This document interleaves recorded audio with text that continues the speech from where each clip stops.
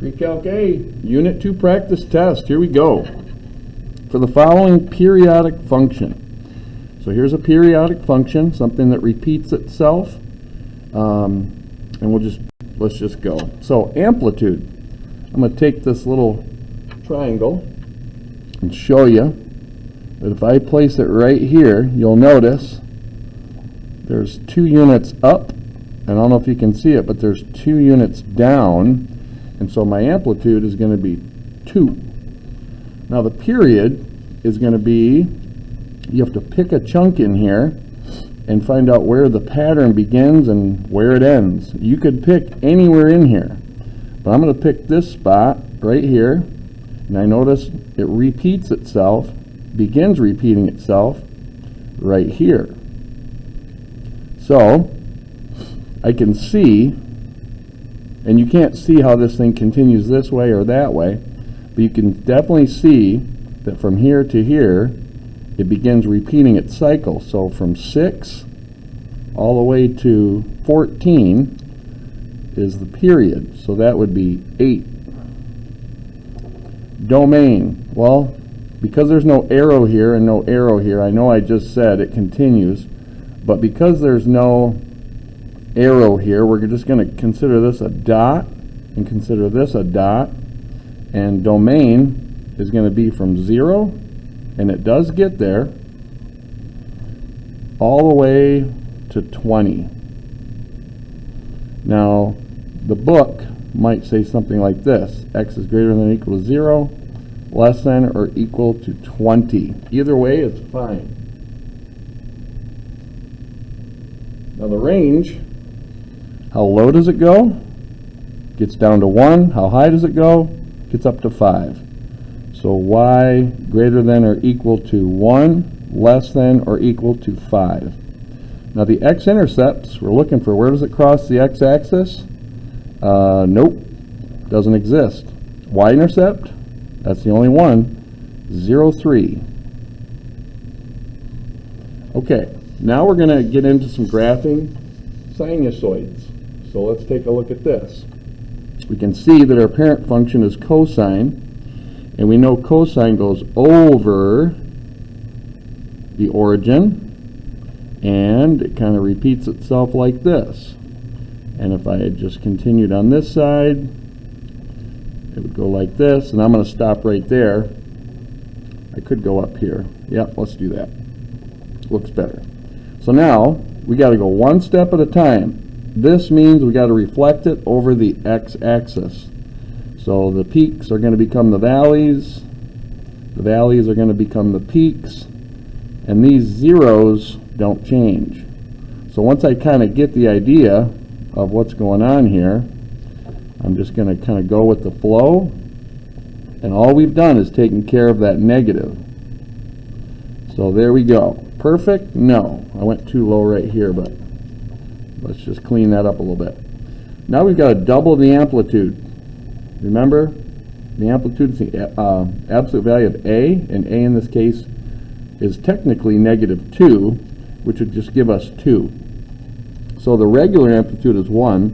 So on this dotted where we're at, we're going to double all these amplitudes. So that's -1 drops to -2. This goes up to 1. And so it's kind of the same graph, but now amplitude's been doubled. This graph's going to be awfully messy by the time we're done. Not a bad idea to have multiple colors here just to kind of separate mentally.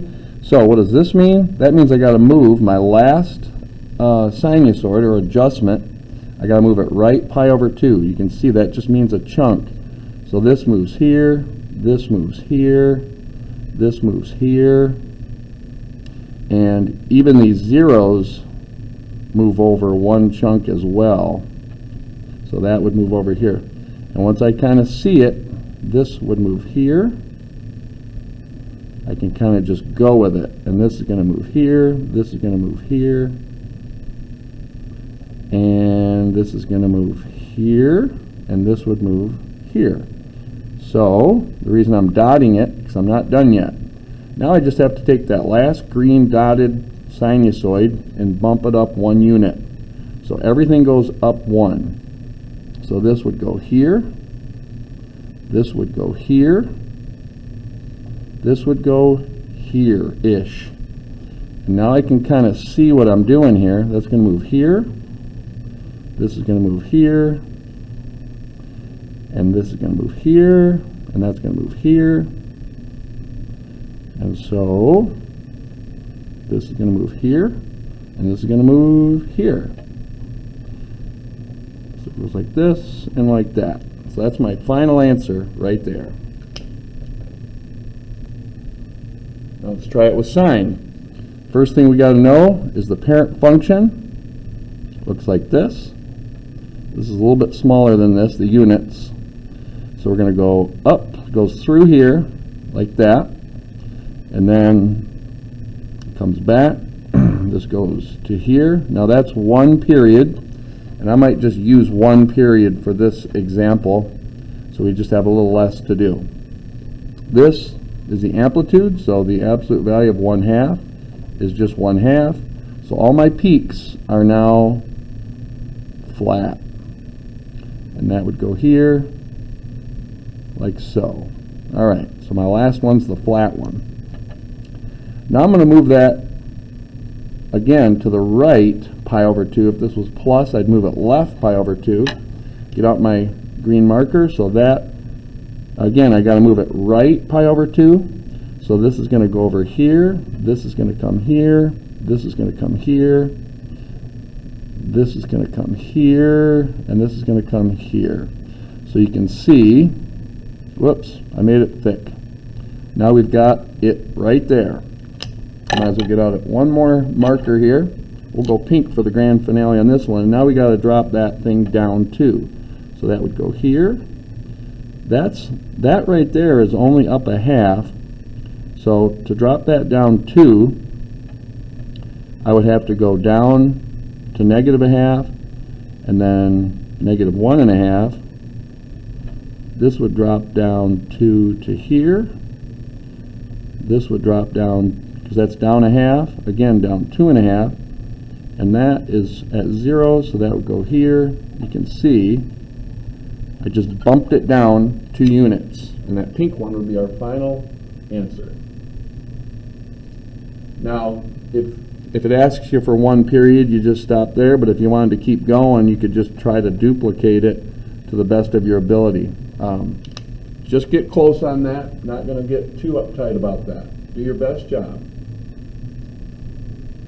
Okay, so now they're going to ask us some questions about number 3's graph, the pink one. What's the amplitude? Well, we can just look at the green one really, because the pink one is just the green one bumped down to. We realize that the amplitude is 1/2.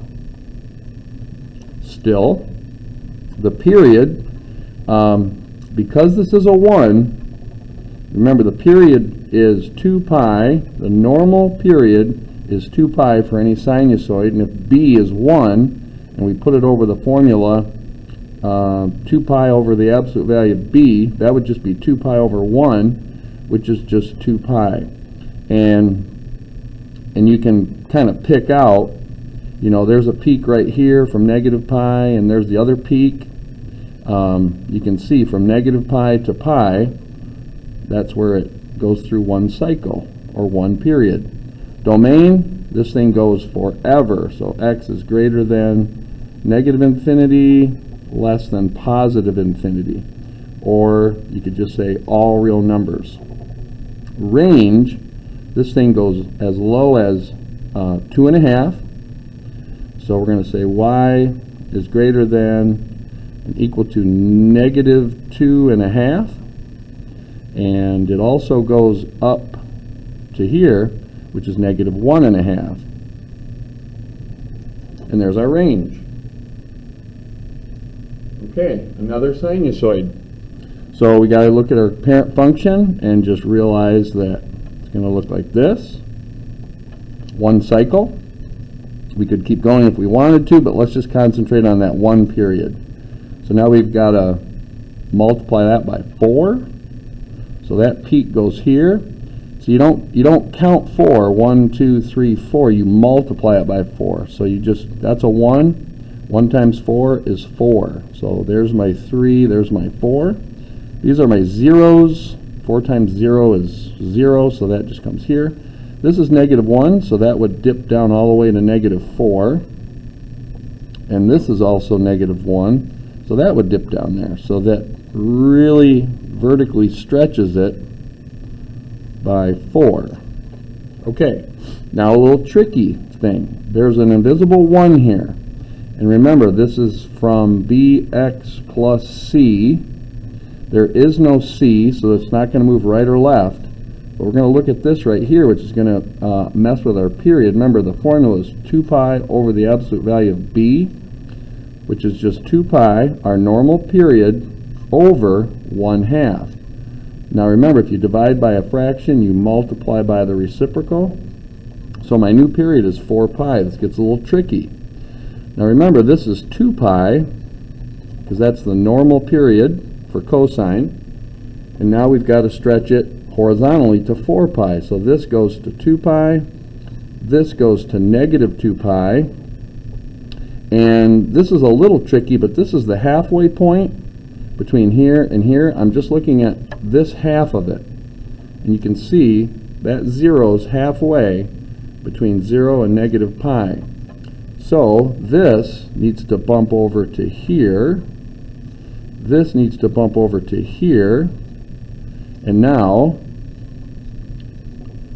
we are going to horizontally stretch it like so, and there it is.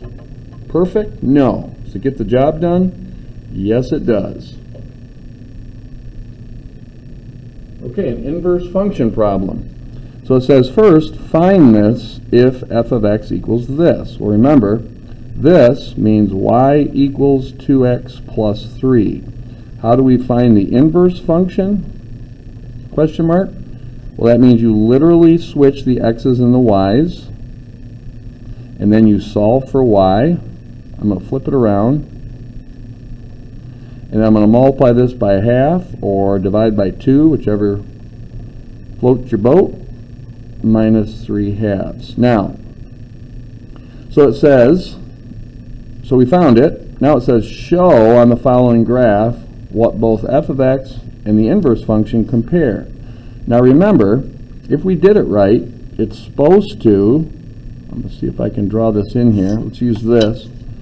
It's supposed to reflect over the y equals x line. So I'm going to take the original function, y equals 2x plus 3, 1, 2, 3, up to right 1, and do my best to draw that in. Again, this isn't going to be perfect, but if I can do this halfway decent, there it is.